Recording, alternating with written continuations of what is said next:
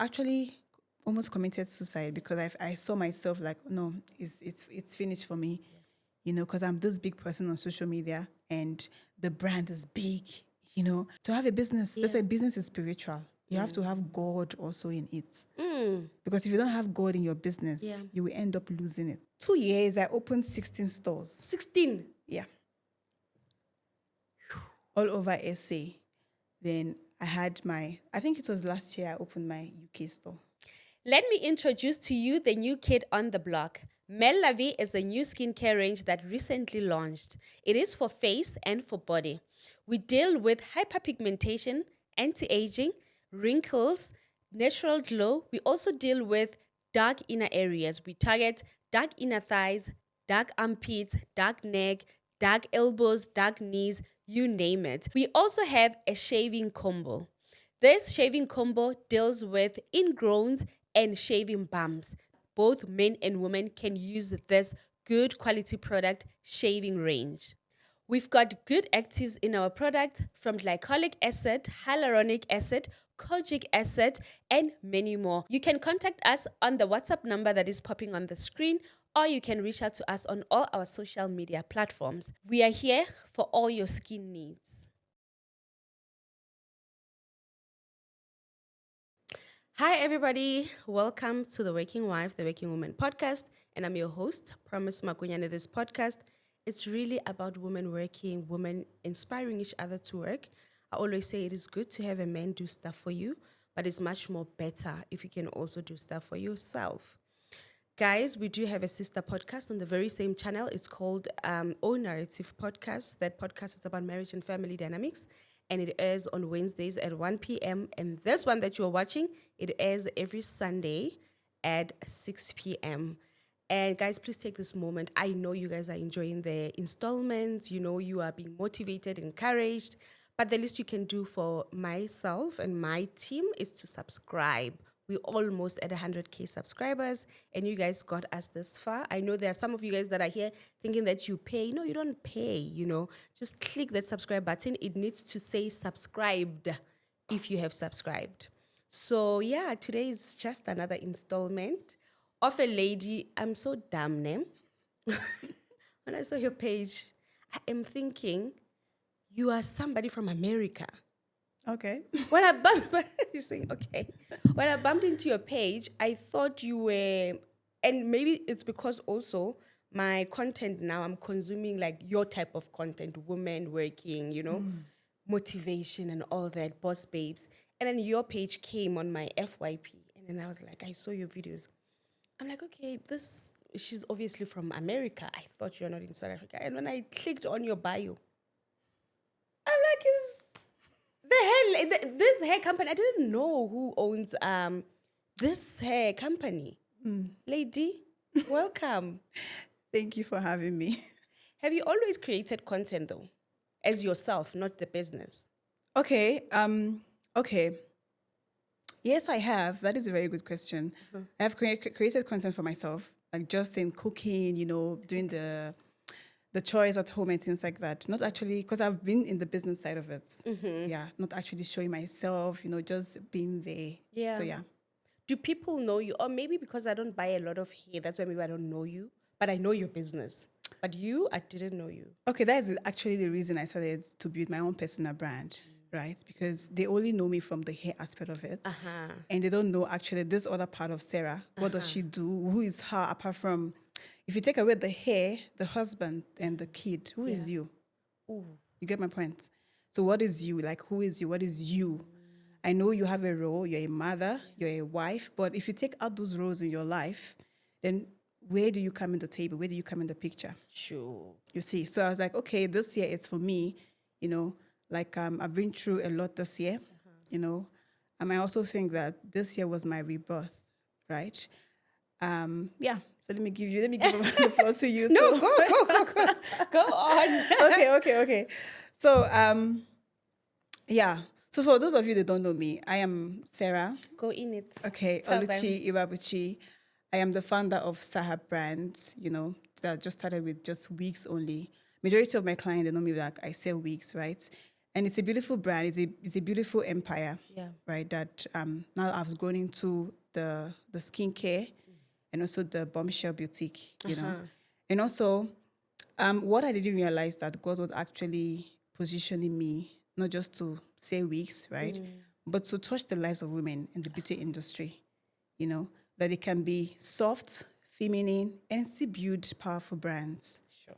You know, so that is so that is what I am. Yeah. You know, Yeah. and my story this year is about faith, resilience, and you can be soft and build empire, and not just don't hide in the face of a brand. You know, and you always push because the hair is bringing more money, right? And you always push the brand, you push the brand, you push the brand, and nobody knows you. They don't know the face behind the brand, and you're building a brand. Yeah. You know. So, you know what you said is so important. I worked my career. I worked in influencer marketing industry. You know, I worked for a global company, and one thing that we always tell brands, you know, is to bring their brand or their product home. You know, what you say that this year you told yourself that you want people to know you. You know, you don't want to hide behind your business or your brand. And that is, I was speaking with my designer the other day. I'm like, people know she's also in that era where she wants for people to know her, you know. People know your brand, you know. People know they wear your brand. They look beautiful because of your brand. But who is this person who owns this brand? Yeah. Because at the end of the day, I look beautiful, but when I get home, what else, you know? So now when you're here, we know that you're a mom, you're a boss babe, you are this. Outside this, you are something else that you can actually relate or connect with the people that are buying your product. Yeah, you know? that's And I true. think that's where life is going now. We are dealing with a lot that we don't just want to buy. We Yeah. want to sit down and know who you Yeah, I are. want to connect with your We story. want to connect with your story. It's true. That's powerful. Yeah. So like I will always say, like, I also have a community of women that I mentor, right? Because a lot of women in my community, like what you said, like I love the why behind why you started the Women Podcast, Yeah. right? And a lot of women, they shrink themselves, they don't know where to start, you know? They shrink like, my husband is this, my husband is that. If they want a pad, my husband. If they want husband this, my husband that. Exactly. That used to be I was me, like, girl. girl, like, what if something happens tomorrow? Yeah. And I have so many women like that in my community. Yes. Like they go through divorce and they like there's nothing left for them. And they start over again from the beginning. You know? I was like, why not be independent? You know? Already. Exactly. Build something for yourself. Build a brand for yourself, you know, and create generational wealth for yourself, for your kids. Yeah.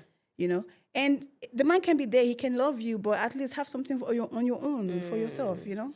Yeah. I think right now we'll speak about that. Sarah, I think we talked too much. I Exactly. forgot. Sorry. Yeah. We need to start with icebreakers. Yes, please. Anyway, I'm going to give you just a few icebreakers because already we are in the conversation. Yeah. The first icebreaker is if you teach a skill to women, one skill and one skill only. Shouldn't be hair. That's your bread and butter. What would you teach them and why? That is a very good question. If I would teach women, I would teach them build your personal brand. Build a brand because a brand that people trust, they buy from. You get my points? So your story and why behind your brand. Because you find out that celebrities and influencers, they are the brand. And you give them this free hair, free clothes. And you find out that your clients buy because they wear them. Because they have built their own personal brand. So if I'm going to teach women their skills, I would say build a personal brand. I'm going to teach you how to build a personal brand. The reason why people buy from you, they have to trust you. And you build a brand that doesn't chase. You must attract. So yeah, that is a skill I'm going to teach women. You attract, you don't chase. Yeah. Wow, powerful. Are you a morning, afternoon, or a night owl? Okay, I would say I'm round the clock. Yeah. Tell me about your day. Okay. I wake up every morning by 5 a.m. If there's a gym, I go to gym, right? I have a gym in my house though. Okay. So I gym, then once it's 6 a.m. in the morning, then we have a family devotion with my family. Then from there, my day starts, right? Like, for instance, now I check the emails because I do my things myself. I have had people previously that normally do help me, you know. I'm so shocked because you run a multi-million. Exactly. So I even handle my business myself, right? Because I have had staff denial a lot of times, you know. And I'm that kind of person, I'm multi-talented and I can do things myself. Even the podcasts I'm shooting, I do them myself. I do the editing, the shooting, everything myself. So yeah. Okay. So I am multi-talented like that. So my money stack like that. So I edit myself. Then also, you know, I like building multiple streams of income. Yeah. And my thing is that it must prosper. God must be in it to prosper, to prosper it, right? So if I have a hairline business, I have the skincare, I have the bombshell, and I also have Airbnbs. I also have the cooking, the African, yeah. I have a kitchen? Yes, I have an African cuisine, yes. So I sell on Mr. D and Uber Eats, but I have somebody cooking for me. So I sell Nigerian food, by the way. Oh my gosh. So yeah. So I make sure that my brands don't suffer. So I have to put my energy into that. And I also I'm a mom, I'm a wife. You get my Another point? job. Yeah. So I have to I see myself, I can do it myself, you know. So that's how my day is. And I check my emails. I make sure I check what I'm going to post for tomorrow, you know. So I handle my Instagram pages myself, the hairline, the bombshells. Yeah, because I feel that I can do it myself. And that they have been so successful, you know. But I'm going to try to delegate. That is my plan because I can't do this forever. Yeah. Right? I'm going to delegate because I can't build a business actually that I have to be That there. rely on you. Exactly. So I have to delegate it in terms of the contenting, those which I'm actually doing now, getting somebody to shoot the content, things like that. So yeah. So it's so interesting that people think they succeed by chance. I'm listening at the things that you do, you know, even pre-shooting, scheduling, what I'm gonna post tomorrow. Exactly. And somebody just wakes up and think people are having things easy. No, but no, it's not lucky. It's not like a vlog, you know? Yeah. Yeah, it's not luck. I think it's consistency and the hard work, you know? Like they say, consistency is currency. Yeah. So yeah. Anyway, last one because in me and you, last We're going to go over and over. Yes. Last question is that if you'd write a book about your life currently, the season of your life, what would you title it? If you are not writing it, I'm sure you're writing a book somewhere. No, I'm not writing. I think I'm going to think about that, right? Yeah, that's fine. What I'm going to title is, okay, I would say From Grass to Grace. You know? Yeah. Yeah. Then another title I would give it, you know. Yeah, I think that would be Grass the to title. Grace. Nice. Grass to Grace. Yeah. Sarah, you were born where? Take us back. I was also, the other thing that shocked me was your age. Yeah. I get that a lot. I was so shocked. I'm like, guys, can I please just sit with this woman? Because I was so shocked the entire time. Yeah. Even when I DM'd you, I'm like, I'm going to DM this person because, wow, I got glued on your page. I thought, firstly, I didn't think you are in South Africa. I was like, okay. Secondly, I'm looking at you, and then you're like my age. I'm like, thirdly, this is my business. I'm like, wow. Anyway, I was shocked when I saw your age. Do you want to tell people how old you are? Yeah, it's fine because Yeah. it's not a problem. How old are you? I'm turning 31 in November. Yeah. And when I saw the video, you were 29. Yes. I think it was 2 years back. Yeah. Sure.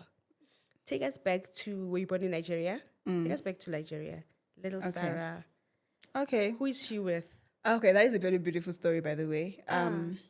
Growing up, I'm a very shy girl, right? Because I grew up in a very religious community whereby, which is good, you know, they hand you over to God, right? For you to grow in God and things like that. And I knew right from time that I was born for more, right? I was not meant to shrink. I can be the rebellious one, but I was very quiet, right? So back home, I grew up in Nigeria. So my mom and my dad, you know, in the complete family. I think I'm the second of 4 kids. You know, I have siblings. So I think with my siblings, I'm the most let me say the talkative one. You know, I Okay. love to talk, but at the same time, in presence of, let me say, in debates, in presence of people, you know, you shrink yourself. You feel like they are too fine, you know, and because of just that is how I grew up actually. Then also in my schooling days, I was in my primary school days. We call it in grade. Now it's grade now here. Yeah. But in Nigeria we call them primary 1 to primary 5. You know, Okay. just the primary grades. I was made the the assistant head girl, you know, for my school. So the thing of leadership has always been in my vein. In your vein. So I was a head girl in my school, you know. Then going over to the high school days also, I was also like the president of the community. But still, I didn't know why they chose me. I think I was just different because I don't make friends. I don't have friends, you know, because I was taught that friends will actually break you or build you, you know. But for me, I wasn't having like I just feel that having friends will either because me, I feel that if somebody is doing well Yeah. in my class, right? I'm that kind of person that I want to learn from. I want to see what is he doing right that I'm not doing, you know. It's not like it's competition, but I want to put like just shoulder to you just to see actually what you're doing right. Teach me how to read. Yeah. I'm that kind of girl, you know. I want to learn from you and see how we can actually. I'll be your best friend because I want to learn, you know. So over to then also my dad also is into businesses, right? Okay. He has boys under him that also they're like employees. So we are always meant to work under like not like a fancy girl sort of type, you know.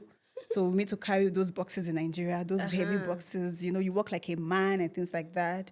And yeah, so that is how I grew up in terms of business, in terms of my education. Also in my university days, I was also made the president also of my class. Okay. You know. So it was God was actually telling me, okay, girl, there's kind of leadership thing in you. You know, you can actually lead people. So from that moment, I know that okay, I was meant for more, right? I was meant for more, but though I was still shrinking because I felt that okay, maybe my English will not come out right, Yeah. or maybe you know those kind of negative vibes and things like that. So yeah, you shrink. So that is how I was actually brought up. Brought up. And then, what did you study in university? Did you go to university? Yeah.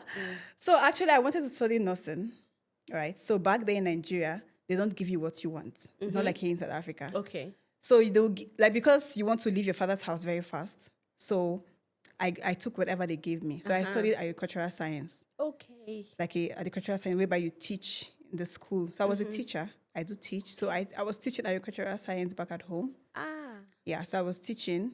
So yeah, that's what I studied.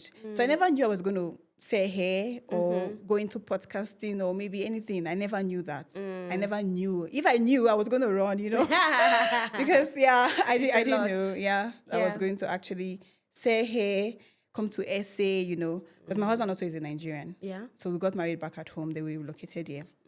So yeah, so that is my foundation. So your parents, are they still alive? Yeah. Do you have a relationship with everybody? Yes. It's Yeah. very strong Christian family. So you study, you become a teacher. How old are you then? Okay, I think I got married when I was 21. Okay. So maybe I was maybe 20, 18, that age. Yeah. So you got married when you were 21. Yes. How do you meet your husband? Okay, in church. Oh. I'm a church girl. Okay. In church. Hey, brother and sister. Yeah. So it wasn't like a whole story that you can sit here and say, we did this, we met at the mall and No, not actually, you know. Because we grew up we believed that back at home that a woman was like you don't give birth after like outside of marriage, like a wedlock. Yeah. You must first know each other, get married, and have kids. You know, that is the standard of how we were brought up. Yeah. Right. So we dated in the church. Like I met him as a friend. He was actually my photographer. Like my mom, she likes pictures. So Okay. he would come to the home and take us pictures just for like a family portrait and things like that. So he was just a nice brother in the church. He was just very neat, clean, you know, just the vibe was just there. Yeah. So it was like, and also previously I had like maybe say little crush, you know, those crushes there back in high school that you have those crushes and things like that. So when he came, he said he wants to marry me. I said, are you here for marriage? I was very strict. I said, are you here for marriage? I don't want to be in a relationship for 100 years. Are you here for marriage? It's not for marriage. I'm not going to be friends with you. So he said, yes, I want to marry. I said, okay, it's fine. Let's be friends. Let's see. So I think we dated for 10 years, 10 good years. So he had to move from South Africa, so from Nigeria to South Africa. Then we're in a long distance relationship. So, but he was faithful, because How do you know? No, he was he's a child of God. I know. Yeah. I love So that. I love the because confidence. I trust him. Because when we were dating, that's the standard we were brought in. It's not like the standard of us in the church. It's not like any kind of churches. It's a very Strict, traditional. and disciplined church. Yeah. I get you. It's like when you commit sin, they excommunicate you from the church. It's that kind of church. that deep. Exactly. Yeah. So you trust him. Yeah. So we're dating like a far distance relationship, and I said I can't wait. I can't wait to get married. And to be honest with you, our first year of marriage wasn't that beautiful. It was hectic because I was trying to learn him. Okay. He was also learning me. So that is This is the first year you stayed together. Yes, Were you in Nigeria or in South Africa? South Africa. So we got married in Nigeria, then I moved here. Yeah, I'm sure the transition was very hard. Exactly, it was very hard, and also me being too much, like I was like, okay, now I'm married, now I can do whatever I want, He is the kind of like a pastorship type, like he knows the message, what he believes, you can't tell him otherwise. You just like he's just godly. He doesn't like sin, and we call it like you as that grow up from this church that doesn't wear makeup. Yes. You're into your husband's house now. Like, you can do anything. You want to put a little lip gloss, like a little makeup, Yana. Yeah. He will preach for you morning to night, all those kind of relationship. I can imagine. You get my point? Yeah. So I was like, so we're in that situationship. So we had to, but I'm grateful, like those experiences that I had with him made me understand what marriage is, It's not always blissful. There will come a time in marriage that you have to see why you said yes to him at the first place, why you let other men go and you just stick to this one. Because marriage is a covenant and must be kept like that. Preach. Yeah. So, yeah. So you went through the first year, but how is it now? How brave are you, for example? And I always say South Africans are spoiled. I cannot necessarily, but maybe now, but I don't necessarily see myself just picking up, going to Nigeria and staying there, because how am I going to leave my parents? Okay, now I'm married with kids, but back then it was like, how am I going to move and leave my family here, How was that? Or maybe because your husband was already this side, was it easier for you? Yeah, because he was here, so it was easy. Even when he was here, he was selling phones. He was not into any hair business or anything. So I am the woman is that I can survive anywhere. Even if I go to the UK now, I must make sure that I survive. Sure. You get my point? Yeah. I must make sure that if God bring me to UK or maybe USA or South Africa, I'm going to survive. So that's how I survived here, So coming from Nigeria, transitioning into a new location, a new place, not in anyone, no friends, no sister, no family. Yeah. You're just with your husband, I was like, my mindset was that I want I want something big. I want a beautiful life for my kids, not for myself, because we're in Joburg CBD. As I said, from grass to grace. We're in Joburg CBD. In town, those waters, those dated things there. So we're actually facing phone, staying in one bedroom apartment. So I was not a fancy wife because I believe that, because the Bible said that whoever marries a good woman marries a good thing, is a blessing. So I must bring a good thing to my man. Yeah. I don't want to be like a fancy wife that, oh, baby, I need this. No, I must be able to, like, when I came into his life must change for better. You get my point? So when I got into his life, I was like, no, we are not going to stay in this condition. We are fine. We're okay. We're financially fine, but I wanted more. Because I don't want to whereby my kids will be begging for bread. Maybe I want them to go to a fancy school. They can't go to a fancy school because I don't have the finance for that, I believe I have to work for it, not my man. Sure. You know what? Yeah. What you're saying is so powerful, and it's just changing, it will change a lot of thinking, Because what you say, I was hearing you until you said what you were saying. And I think that is where maybe the pull and push in marriages are, because yes, I'm a good thing to my husband, but then I wouldn't necessarily think that I have to be the one working. You understand? Like, yes, we are going, like, I would want this big fancy life, but at the back of it, it's like he needs to work for it.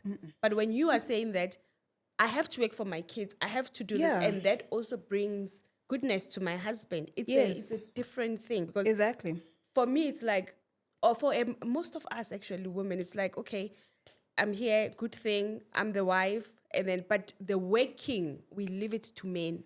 That the man should be the one with the businesses, will be the one with the meetings and everything, and you are just there. That's why so many women missed it, right? They miss it along the way because they think that is a man figure in your life doesn't mean that he has to provide everything. You know, you as a woman, what do you play? You know, like I have nannies in my house. I make sure that I work.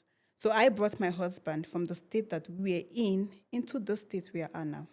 You get my point? So he was selling phone. He's no longer selling phone. And now we're into this beautiful house, you know, because that's why he respects me up until tomorrow.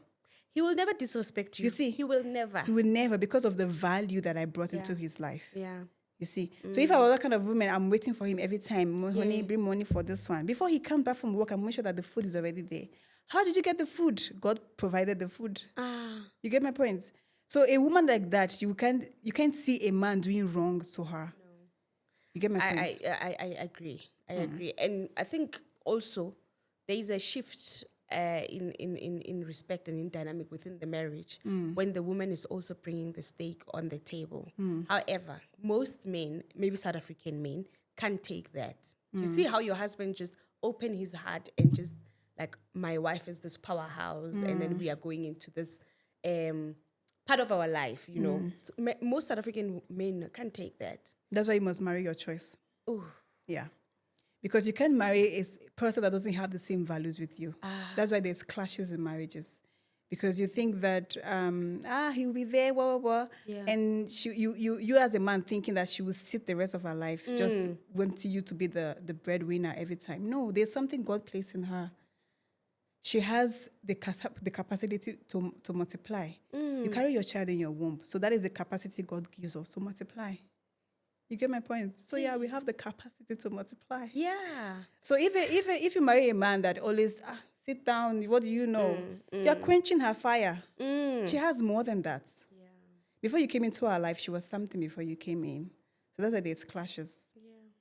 When I started this podcast, this particular one, the first episode, I was with my friend. We were speaking about where my marriage was then, which is a year ago. I was saying that I've just stepped into the best version of myself. You know, I've been a housewife, you know, my 2 years of my marriage and stuff like that. And then now I'm a working woman, I'm a working wife, you know. And then it's almost as if it's not so easy. So, and for me, I'm like, it's a transition, because I was this wife that was always at home doing this, not doing anything, but now I'm a working wife, you know. Then I guess it has to be a transition also for my husband to understand that girl you married has transitioned to this woman now. Yes. And yeah, it was just kind of like difficult for us to find The balance. But I was like, you know what, whether we're going to find the balance or not, this is who I am now. Yes, exactly. And I feel good. And he has to accept it. Yes. He has to So whether it happens or it doesn't happen, I'm okay because I feel good. But anyway. Yeah. That is beautiful. Yes. Yeah. I'm so glad that you said that, because that will change a lot of mindsets. Yeah. Of so many women. Because Yeah. they feel that the man must always be the provider. Yes. Also of so many men, especially South African men, whom the wife can provide. The wife can build a house, a wife can do this, a wife can do, you know, which, yeah. Anyway. Yes. Like, for instance, now, I will say a story. There's a lady in my church, right? She was only sitting at home. The man is working for ESCOM. And he just recently just started driving. Because me, I feel that I can drive my kids to my school. Instead of you waiting for him all the time to drive your kids, why not do it? Why not pick your child, take them to school? Why wait? Why not learn how to drive? What if something happens to that guy tomorrow? Yes. You'll be using Uber and things like that, you know? So because she sees me, so I set the standard in my church that, no, I have taught ladies that you don't have to leave him to do everything. Even if he says, do it, start doing it. Let him say something about it. Then if he says you should stop, ask him the reason why. you know, because if you're not it's either you're adding value Yeah. or you're doing something wrong. Yeah. But I bet you there's no man that you're adding value, removing the stress, you know. Yeah. So yeah, I hear so you. yeah. Ah, man, that's and these are conversations that we have on the other podcast. Can we get into the business side Okay, yeah. Sarah? Yes, please. So, you get to South Africa. Your husband, you stay in CBD. How do you now start to see what can I do now in this country? Yeah. What do you start by doing? Okay, at first, back at home, I already had suppliers, like, you know, I love fashion. Oh, yeah. Yeah. So I already have suppliers for hair, shoes, clothes, you know. I was like, I also love hair. You know, we as Black women, our 4C hair, it's very difficult to maintain, you Yeah. know. And me, I don't like showing my natural hair because of like how it duplicates my confidence, you know. I was like, natural hair is not for me, you know. Back at home, even when I was even 18, you know, 19, I wear wigs. So when I came to South Africa, I was like, I wanted to do my baby dedication. I was like, why not just get a wig from my supplier? So when the wig came, at first, my husband was like, he was against the idea. At first, right? He was like, no, they are scammers. I was like, babes, no, I've been using those people forever. Because back at the school, I sell, like even in my hostel, I sell, we call them pure water. I don't know if you know the Nigerian name. They call them pure water, those eggs and those normal small grocery shop in my room. Even my dad came was like, Sure. this girl. He's a businesswoman. Exactly, you're selling, like, because I feel that instead of me always bothering my mom, mommy, I want this, mommy, I want that, why not just this money they'll give me, maybe 3,000 rand, why not just talk some things in my room and tell my people that are coming to, just tell them, put this poster in the gate that I'm selling this. Instead of them to go to the street and buy, there's a girl selling it next door, why not go there? You know? Wow. So I had the mindset of like, let me just start something small. Instead of every week calling my parents, mommy, I want money, I want this to buy textbook and things like that. Yeah. So whenever I want a bigger money, I go to them. But small things like that for like things like a girl needs, you know, I just buy them myself because I'm selling things in my school. You know? Yeah. So I was like, no, why not? I actually get this hair, you know. So I posted myself on Facebook with the hair. Before we even get to the hair Yeah. aspect of it, I told him. He said, no, they are scammers. You know, he defied the idea. No, it's not going to work and things like that. I was like, babes, trust me. You know the woman you married, trust me. Yes. You know, okay, it's fine. Now let's buy the hair. And the hair was costing 3,000 rands then, you know. So I was like, we don't have 3,000 rands. What are we going to do? Because the money we are making daily is not enough. So you know what I did? So every day he comes up from work, I make sure that I have this, I don't know what they call it, a journal. Oh, yeah. Whereby whenever he makes a sale, maybe he sells from, even if it's 50 rand or 100 rand, then maybe there's 200 rand. I pick out 50 rand. I put it as a savings. So every day I make sure that whenever put the money aside, you know. So when it's up to 3,000, then we saw that, oh, okay, the savings is up to 3,000. Then we can buy the wig. So when it came, I took a picture of myself. I posted it on Instagram, Facebook, you know, in 2019, 2018. So when I posted it, people were like, oh, how much? Sorry about that. People were asking like, how much? Things like that. Should I give you water? No, I'm fine. So I was like, oh, this can actually work for me. So my first client was that, oh, okay, you can pay me 50%. Yes. Right? When the hair arrives, I will come to you to deliver. I will install you for free. They were like, okay, why not? So I had to build trust first. Right? I built trust, then I gathered my contact on my WhatsApp. So whenever they chatted on Facebook, I referred them to my WhatsApp. Right? So I was posting status every day, making sure that, like, taking pictures from my suppliers and posting them. So that's how I gathered my clientele. Sure. Right? So my baby was at my back. I think my child was 6 months old. She was at my back. So I was going from house to house, doing deliveries and installing. Before you know, Sarhap started. I was like, what would I even name this brand that is just starting like this? So it's Sarhap, meaning Sarah and Happy. So the first three letters, me and my husband's name. Oh, wow. So I combined it together, like it's Sarhap. Did you see? You know, when I looked at it, I thought it's Sarah with H. Yeah. Sarhap. But Yeah. I'm like, okay, she's coming, she'll tell us. Yeah. So it's both you and your husband's name together. Yes. So the first three letters that I combined together. So I said, okay, let me call it Sarhap Hairline. Then created Sarhap Hairline. Then I was selling wigs. You know, it was booming. Before you know, I had clients who say, why not get a store for us? why not open a first store? Wait, Sarah. Let's take it back. Because now, from Okay. putting a baby at your back, going house to house, Yeah. first client, second client, how is it booming? Is it like many Okay. orders on the phone or? Okay. So how it started booming was that because I'm so dedicated to anything I do, right? I must make sure. Even if clients are chatting at 12 midnight, right? I know I'll have to sleep, but I have to make sure I reply. Because so many businesses that fails today because they lack communication. They don't know how to communicate. And you take forever to communicate to your client and they look for the next option. Yeah. You know? So I was very consistent. I reply. Then whenever the weeks come, so I did have challenges whereby some of them wanted to use the weeks because you need to take 7 to 15 working days for you to get here to SC, right? So some of them needed the week urgently, but I had to make sure that I put those rules there so that they would know, right? So from there, I got referrals from their family like, oh, no, her hair is good, she installs. And it was, before I even got to the first store, I was renting a space in close to the CBD, there's a salon close to us there. So whenever I install the client, like the lady there, she's a Nigerian lady, she would charge me, right? I was like, this money I was even spending every day, my clients were getting along the queue, the queue I was having for my client just to install them, And also the knowledge of installation, I didn't learn it anywhere. I learned from YouTube. That's what I wanted to ask you. That Yes. You just sold hair and then you already installing people. Yes. So but I back learned home, I'm sure you were not using glues. No, I was not. So I learned from YouTube. I learned from YouTube how to install, how to bleach the knots, how to plug. I learned everything myself, even how to make the wigs before I started teaching my employees how to sew them. I learned how to sew from YouTube. Whenever I see it on YouTube, how they are putting the machine, I'm going to die there till I get it. And I got it in just 2 days because I couldn't be paying people to sew for me where I can do it myself.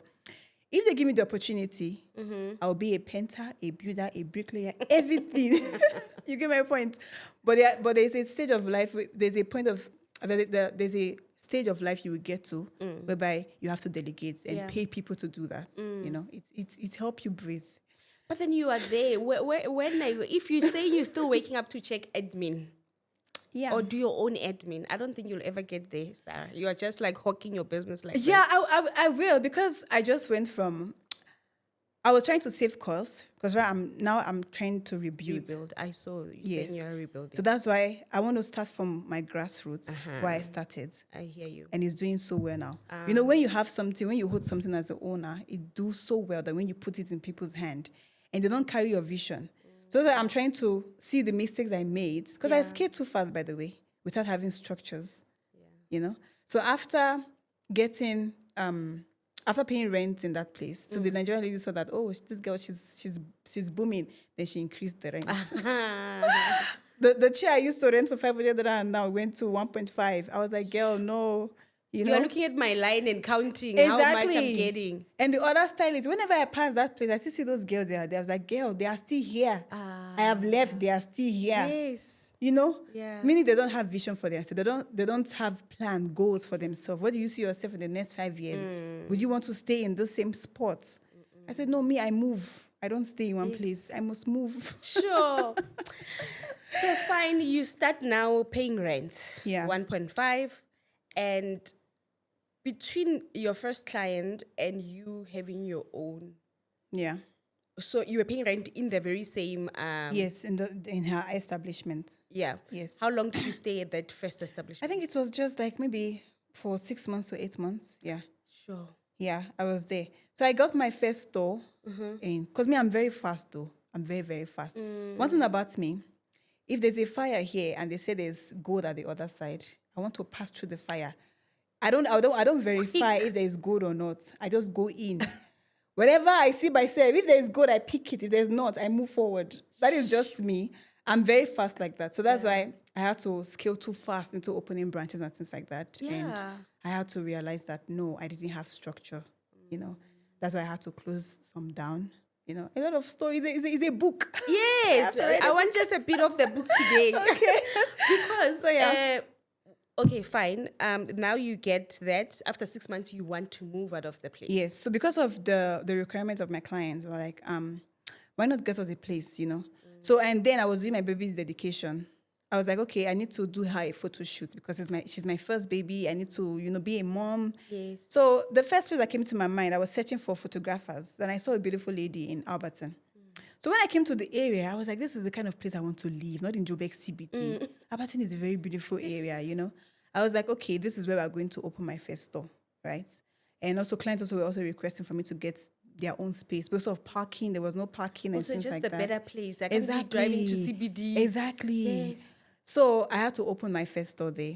And when I opened, with all the money that I saved, even when I was telling my students, my people, my story, like I had to suffer in the sense that I didn't buy new clothes. I didn't buy new shoes.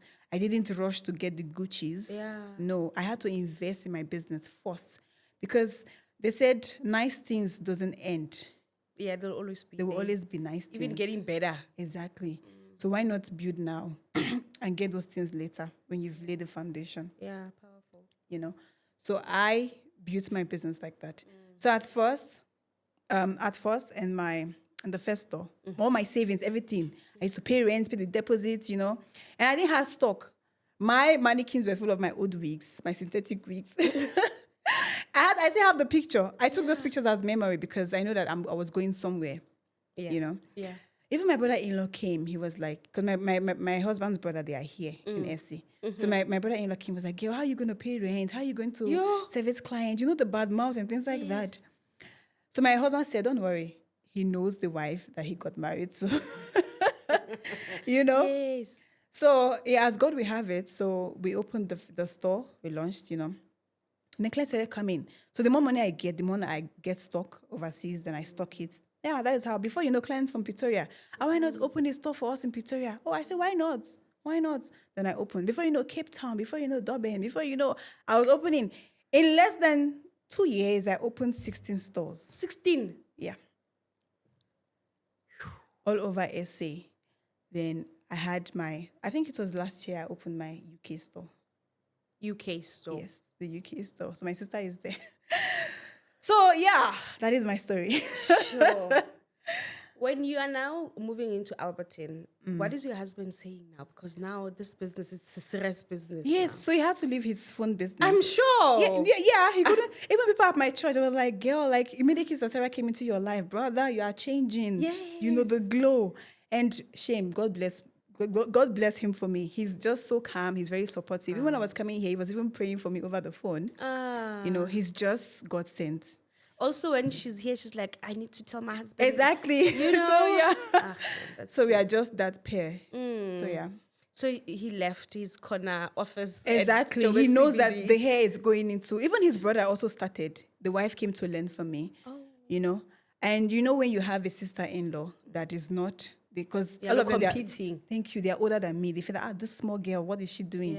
Yeah. Me, I'm very free to anyone. If you come to me, I'm going to open up for you. But if you feel that, she's small, you need to be like a big boss, what, I'll leave you like that, so that you know. Because I feel that if God, like you see David now, I use David as an example. Beside his brothers, God chose him, the last person. So if God is choosing somebody in the midst of you, don't care about the age or what, just learn and get better. Yeah. So I have to teach my sister-in-law how to sell the wigs and things like that, how to order from overseas.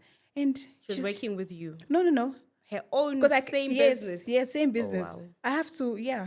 Because such a sister. Yes, sister-in-law. Because they were actually suffering, They also were selling phone. They taught my husband how to sell phone. Okay. So I have to my husband was like, why not? God is going to bless you. You are not stingy. Just help them. It's better you show them the business than then come in every time asking for 30,000, 20,000 every time.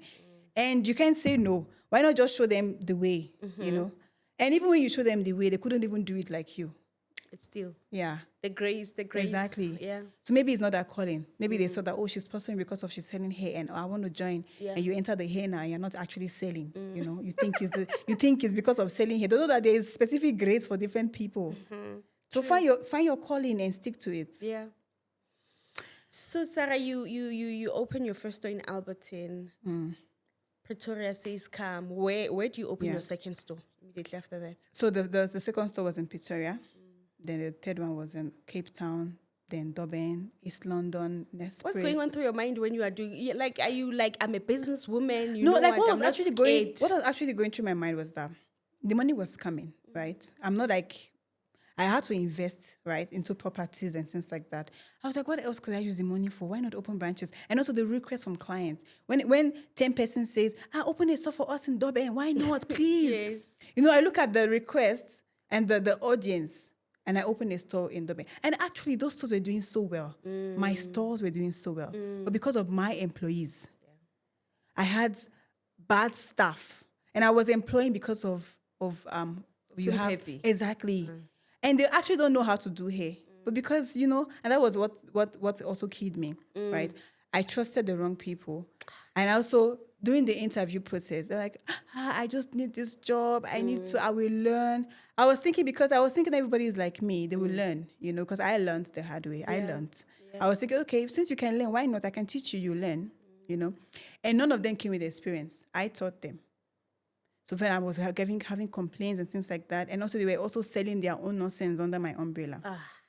You know? Yeah. And because you were not there, because you can't divide yourself into 16. And they're like, the boss is not here, why not?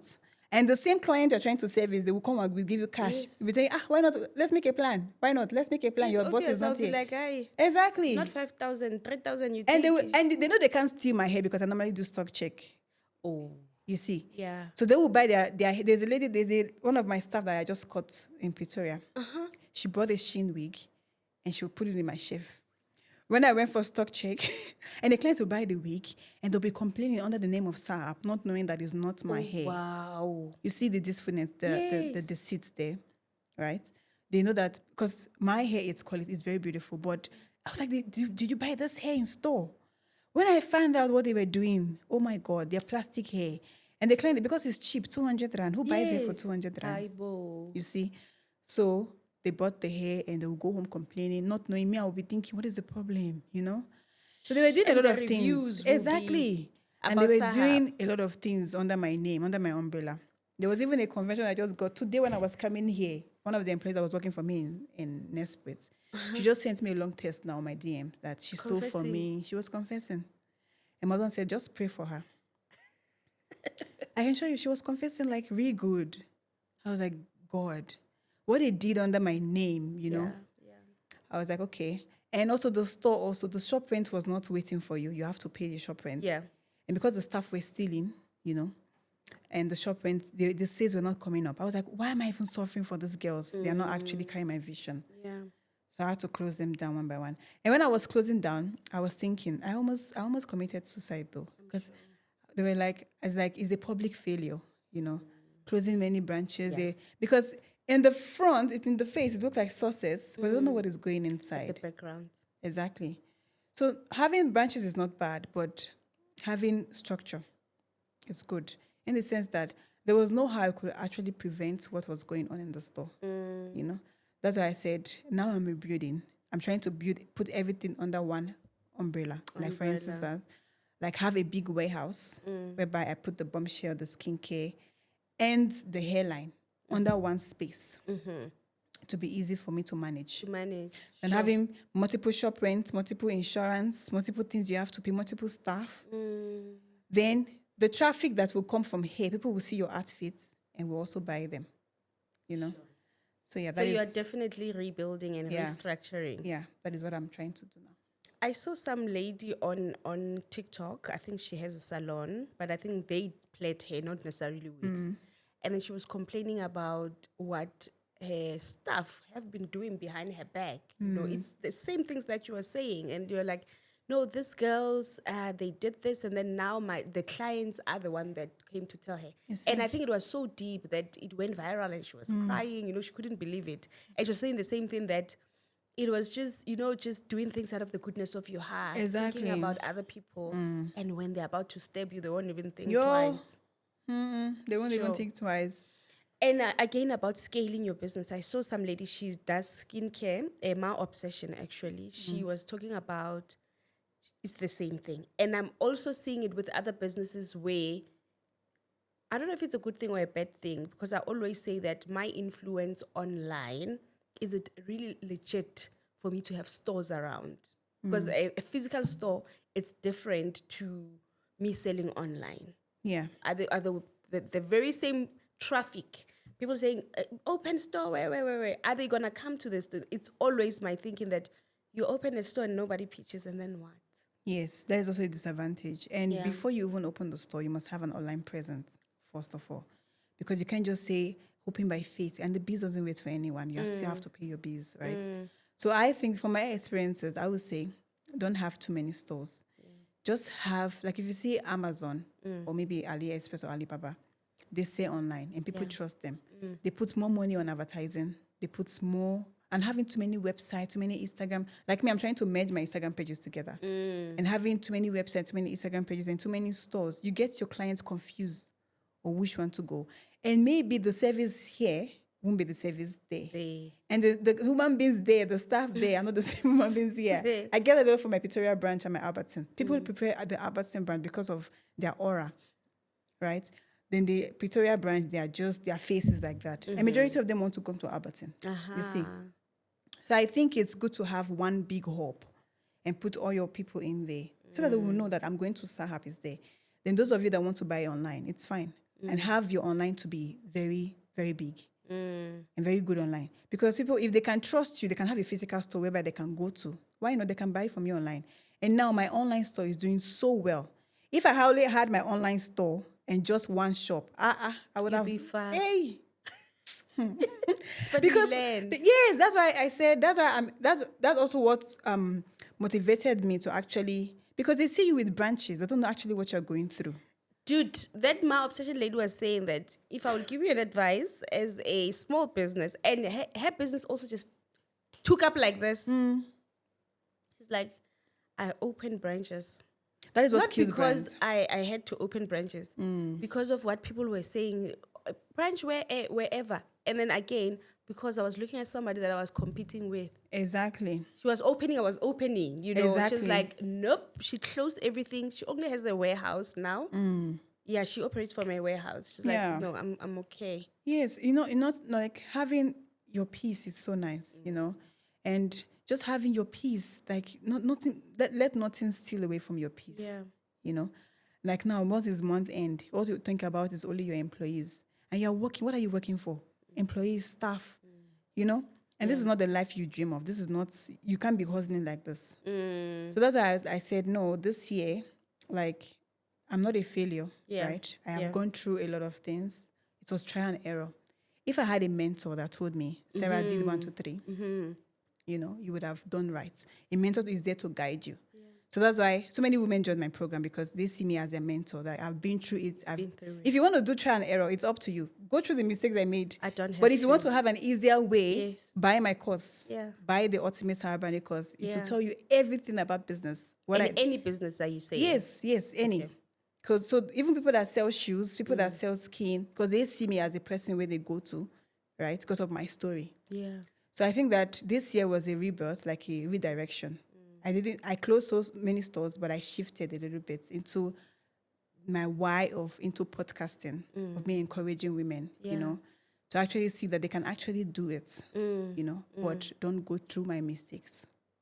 If I could get the easier way out, I'll choose the easier way Exactly. out. I was checking actually your course, which we'll speak about it offline.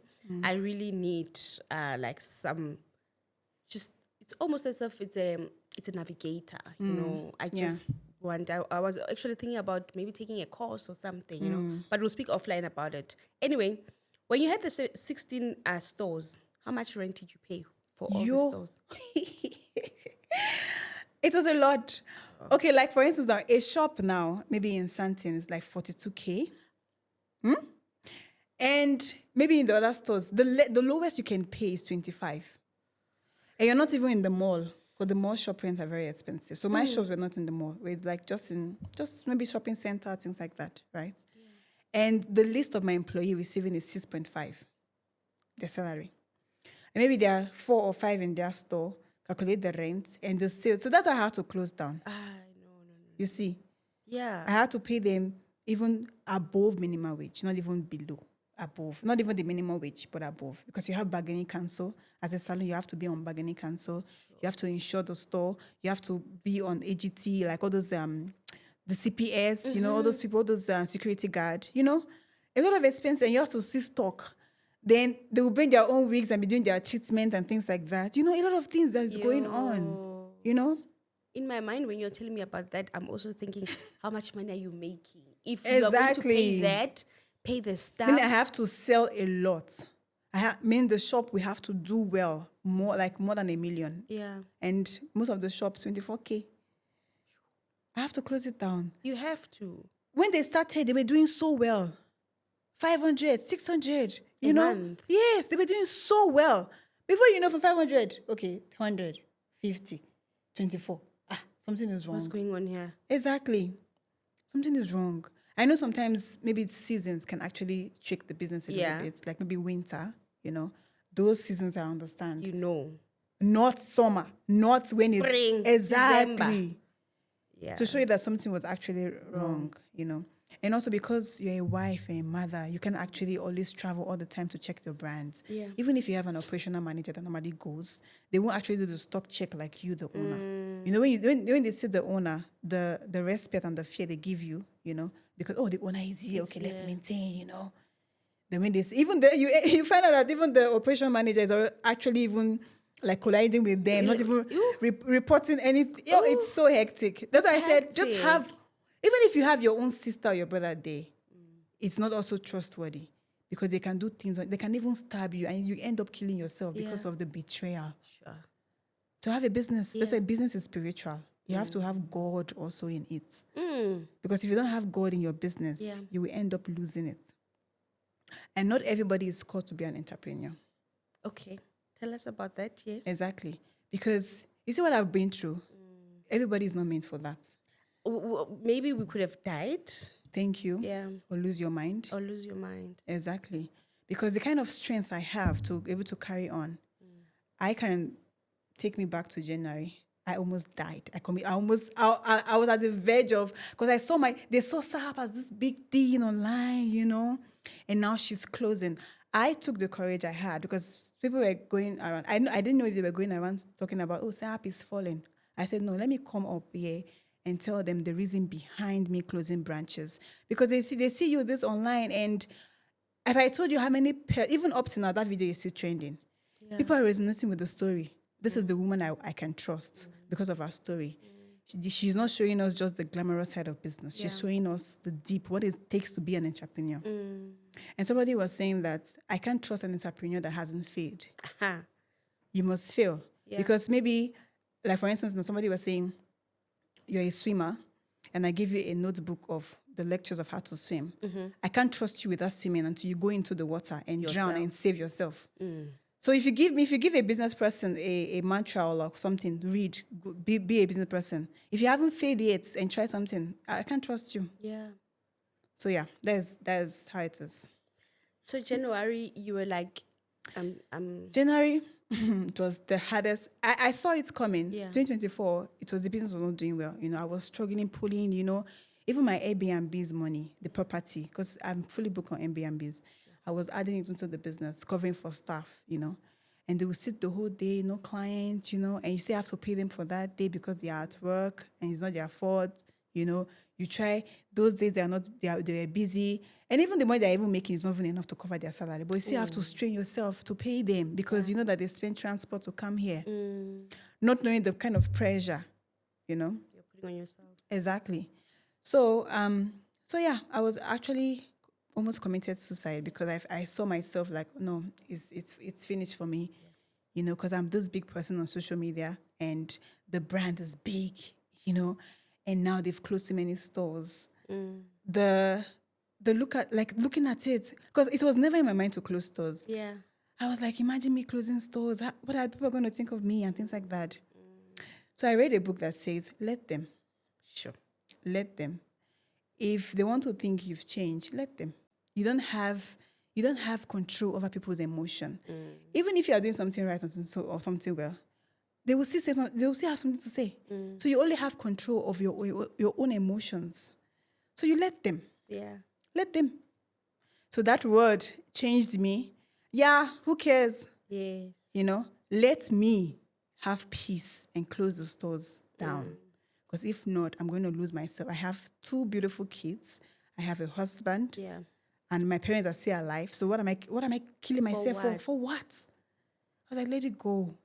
And that was the best decision. Looking back, that was the best decision. I was about to say, because me, I know you now, and the stories that you are telling me compared to what you are doing now, because now it's like it's two brands now. Yeah. There's Sarhap and there's Sarah. Yes. And there's the coaching, there's the women Exactly. empowerment, which is like just a rebirth of something so great Exactly. that the old you had to die. Yes, you thank know? you. But Yeah. it didn't make sense then. Yeah, it didn't make sense. I think also God was telling me that there's something more to you, my girl. Yeah.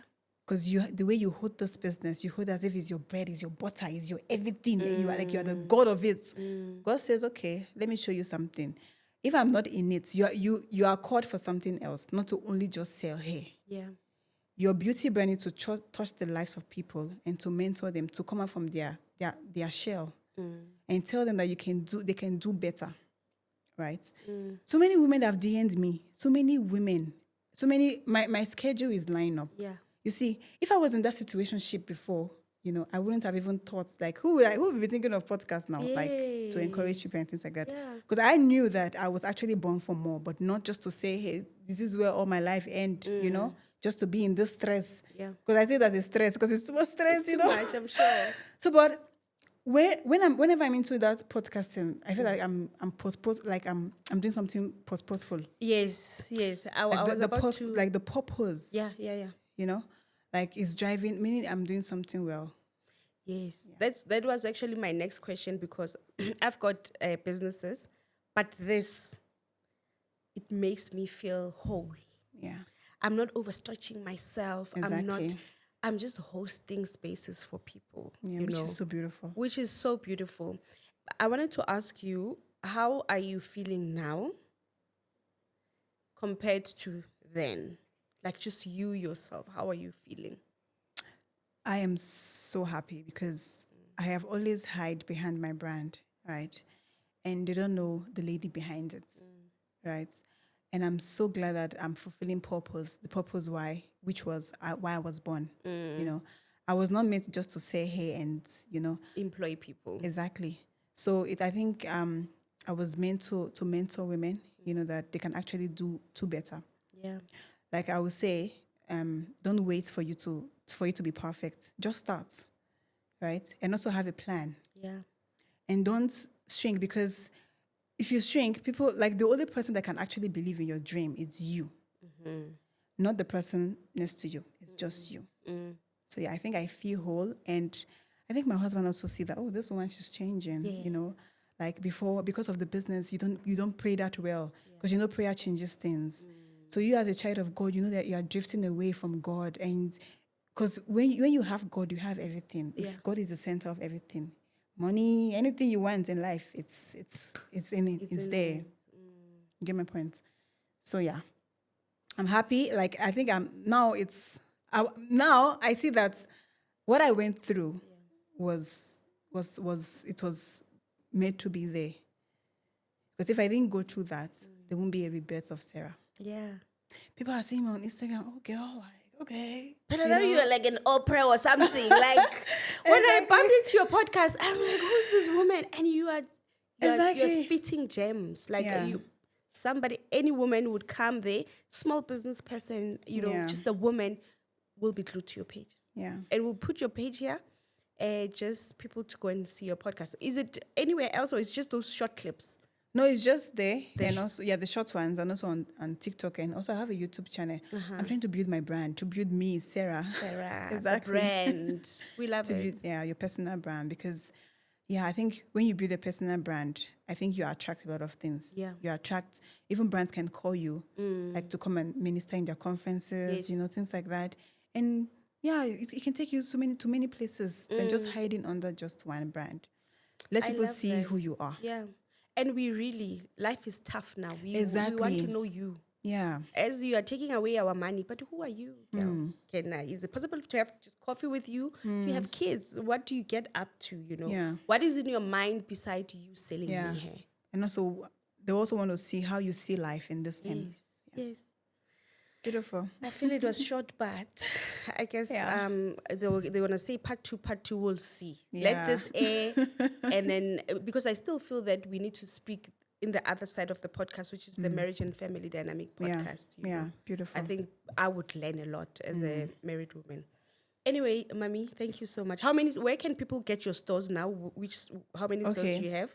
Albertine is still there. Yes, Albertine, Stanton, and Pretoria. But like I said earlier, I'm trying to like put everything under one hub, right? Even the bombshell and the skincare into, so that it's easy, so they won't be confused where to find me. They just find me in one place. So So yeah, if I want to install my hair now and I'm in Joburg, I go to Albertine. yeah, Albertine, Stanton. Okay. Yeah. And then the addresses are on your socials. Yes, Sarhap yeah, socials. yes, yeah, they. We're gonna put everything here. People know your hair, but Yeah. I'm just glad that now they put in the face. Yeah, this To the is business. yeah, if it's to Yes. it. Thank you so much, Mami. I Thank really you so appreciate much your for time. having me. You're a very busy woman. I respect Yeah. time more than anything. Thank you. Thank you so much. Guys, thank you so much yet again. Click that subscribe button. I'm trying to get to 100K subscribers. We are, I think, 96 now, 1,000. It's very difficult it's just final pushes. Click that subscribe button and I'll see you in the next episode. It's Love and Light from myself and Sarah. Yeah, thank Bye. you. Bye. That was so beautiful.